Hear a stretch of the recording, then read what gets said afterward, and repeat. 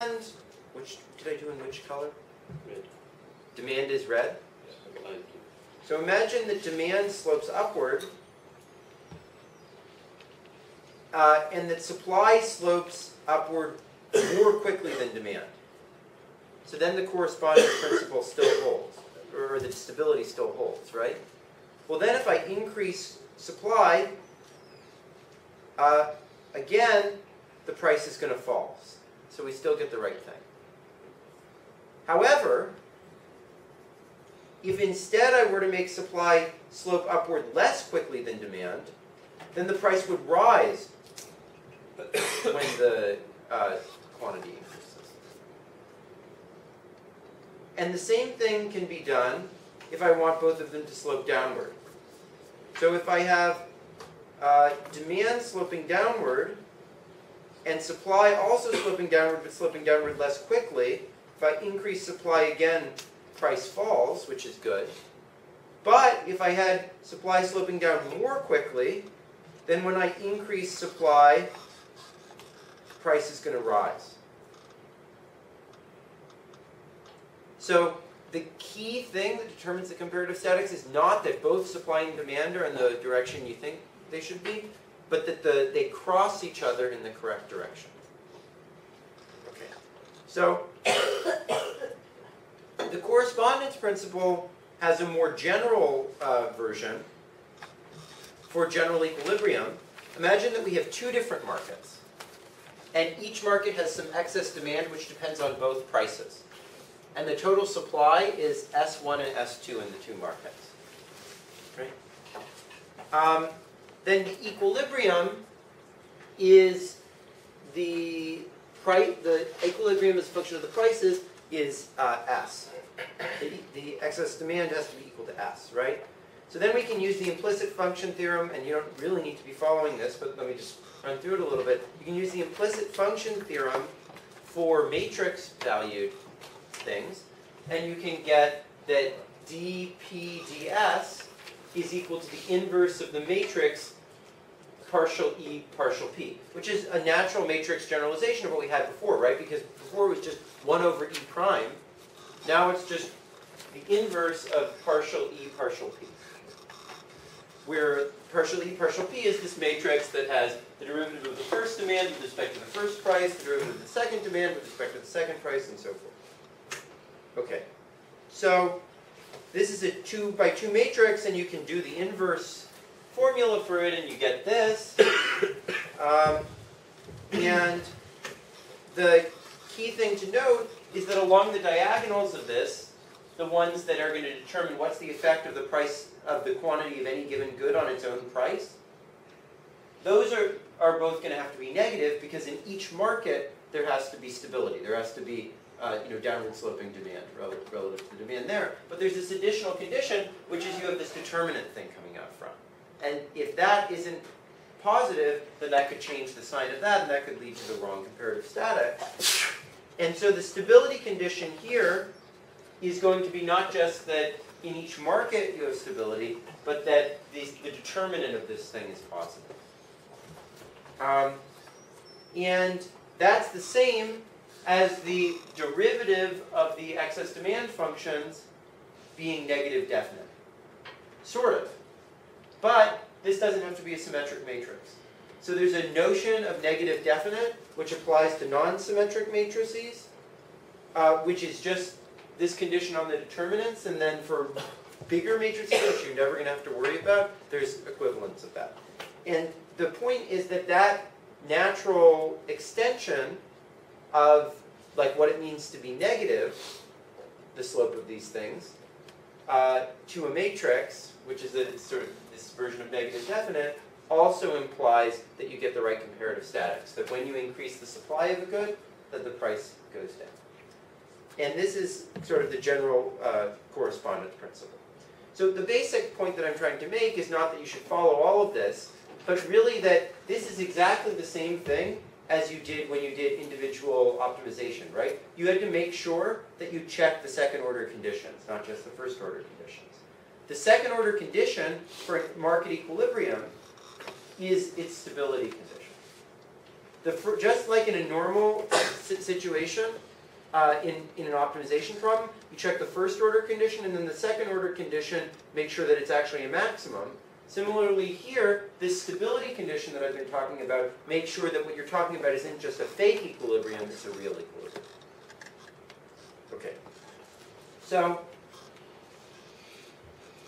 just as in the situation of trade, all equilibria in a production economy are efficient. And the reason is that now, not only is it the case that everyone's marginal rates of substitution are equal to one another, but it's also true that any company is going to set the rate at which you can turn one good into another to that marginal rate of substitution, which is equal for everyone, because that's exactly what we showed earlier in the class, that if there's two goods and the company can change one into another, it's going to set the rate at which you can change them equal to the prices, right? Because otherwise you can make some profits by turning one good into the other. So, all the company's marginal rates of transformation between any two goods are going to be equated to one another. And they're going to be equated across all firms and to the marginal rates at which all consumers can substitute. So what this basically means is everything in the economy is sort of going to be made tangent to one another. So any diagram you could draw for any pair of firms, any pair of consumers, everything is just going to be tangent to one another. They're all going to be tangent to the price. And so production is really no different from consumption. It's just that utility is money here. And the first fundamental welfare theorem says, therefore, that all market allocations are proto-efficient, because the conditions for proto-efficiency are exactly that the marginal rates of transformation and substitution get equated to one another. And all this is really saying is that any dollar can be used to produce the same amount of utility in any of its uses on the margin.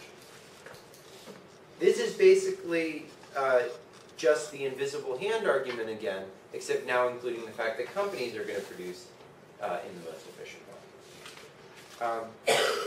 And one use of this is not just for rhetoric about whether markets are good or bad, but it can actually be used in lots of practical situations when you have problems that don't seem like a market, to actually make them work like a market nonetheless.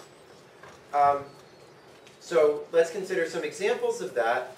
Alex, can you think of any examples, or from the reading or anything else, where we use a market sort of artificially to compute how to allocate some resources, even though it's like not a natural market situation? Well, we talked about in the last, or not last lecture, but a couple lectures ago, like finding a mate, or like, yeah, that's a good example. Like it's like a mutual type of trying to allocate your time and the other, you know what I'm saying? Yeah, that's absolutely right. So both Gale and Shapley and Gary Becker showed that a simple process of selecting your mate is actually equivalent to like there being a market. So like people are all competing with one another to find the best one, and in fact, Gale and Shapley proposed a centralized market system where you would all come together, like list off who are your favorite people, and then the centralized system, like a market, would just assign you to someone to marry. And this is a little bit crazy, but basically showed that that's equivalent to a lot of the processes that people use in a decentralized way to find a mate. And in fact, Al Roth and others have applied this approach to match people with kidneys, or to match people with places to do their medical residency. So if you become a doctor, you'll get assigned to your medical residency by a centralized market system that was come up by an economist, based on this idea that marriage, or setting you up with a residency, can be thought of as a market. Another example of this, which is even more like a market, is that a lot of schools, including the Booth School here, what they do is they give you fake money, and you can use this to buy into courses. And then there's like a supply and demand equilibrium. The price of courses rise if there's a high demand for it. And then people like just get into courses by basically, rather than just having some lottery or something, they bid for the right to be in the of course. Good turns. Sorry, given that there's only a finite amount and usually the amount is small, how is it a competitive market in that case? Because I have friends in schools like these and they say that people distort the market by putting in too much. Well, I think that there's some of that, but the truth is it's not that small. Like most of these classes like have 70 people in them, right? So is that enough for? I think that's enough so you get pretty close, yeah, in practice. I mean, there's some papers about this, so you could look at them. But Eric Budish in particular proposed the solution of using the market to do this. Another thing you could do is, rather than, the way that people currently invest in financial markets is that they say, here's the stocks I want to buy. But a lot of people are pretty bad at making decisions like that. So something you could do is you could just interview the person. You could figure out what their risk profile is, what, sort of things. And then you could sort of invest for them in an artificial market where things are sort of constantly adjusted to do what's in their interest. And so you might use a market as a way just to figure out what's best for them without actually having anyone directly participate in the market. So markets can be very useful for sort of organizing things, even when there's no explicit market interaction. Yeah?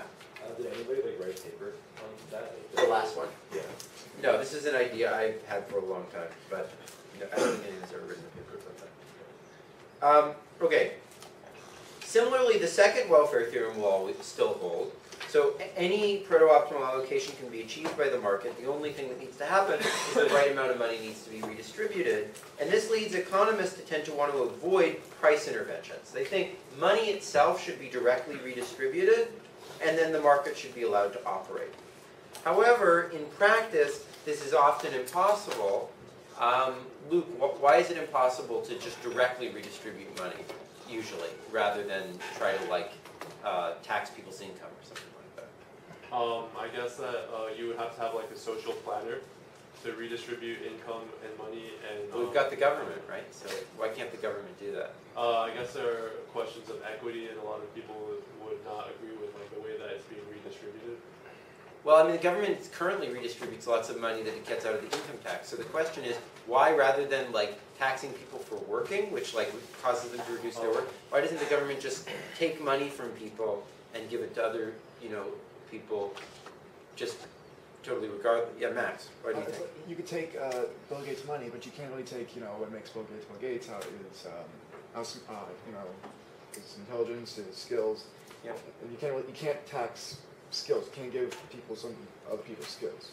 Yeah, that's a good point. Does anyone want to follow up on that? Yeah. I was going to say, you can't really direct how they're going to use that money. You don't know if they're going to use it for certain activities. Well, but we want them to use it for whatever they want to use it for, right? I mean, at least in this world, because everyone is, maximizing their utility and so forth. And I think the biggest problem is that in order to avoid distorting anything, money has to be redistributed independent of the actions people have. But most people have most of their wealth in human capital rather than in physical money. And it's really hard to know who has a lot of human capital and who doesn't, independent of whether they make money or not. So you need to be able, without looking at how much money anyone's making, to know how talented they were and how much money they were going to make. But how do you know that? It's really hard. So usually the wage rate that they're paid in the market doesn't really measure that very well, because there's all sorts of ways that you can work in different times, and in fact a lot of it isn't even a wage rate. It's do I even work hard enough to get into this good job where they'll pay me more, and so forth, right? So this doesn't really capture the potential that someone has to get a good job. And another thing is, imagine that you go around to each person and you say, look, you have to pay this much, you have to pay that much, you have to pay that much. What if the person isn't able to pay? What do? Throw them in jail? Do we want to be constantly throwing people in jail because they don't live up to the amount that the government tells them that they have to pay? A lot of people think that would be unfair, and it's probably not very practical. So, and what if someone who's really talented, or who someone thinks is really talented, just decides they want to be an artist or a bum and not make enough money in order to pay the taxes that they've been assigned to pay, right? It would be pretty hard to say, look, you should go to jail for doing that, right? Or maybe more charitably, maybe they want to do public service or something else that doesn't make as much money.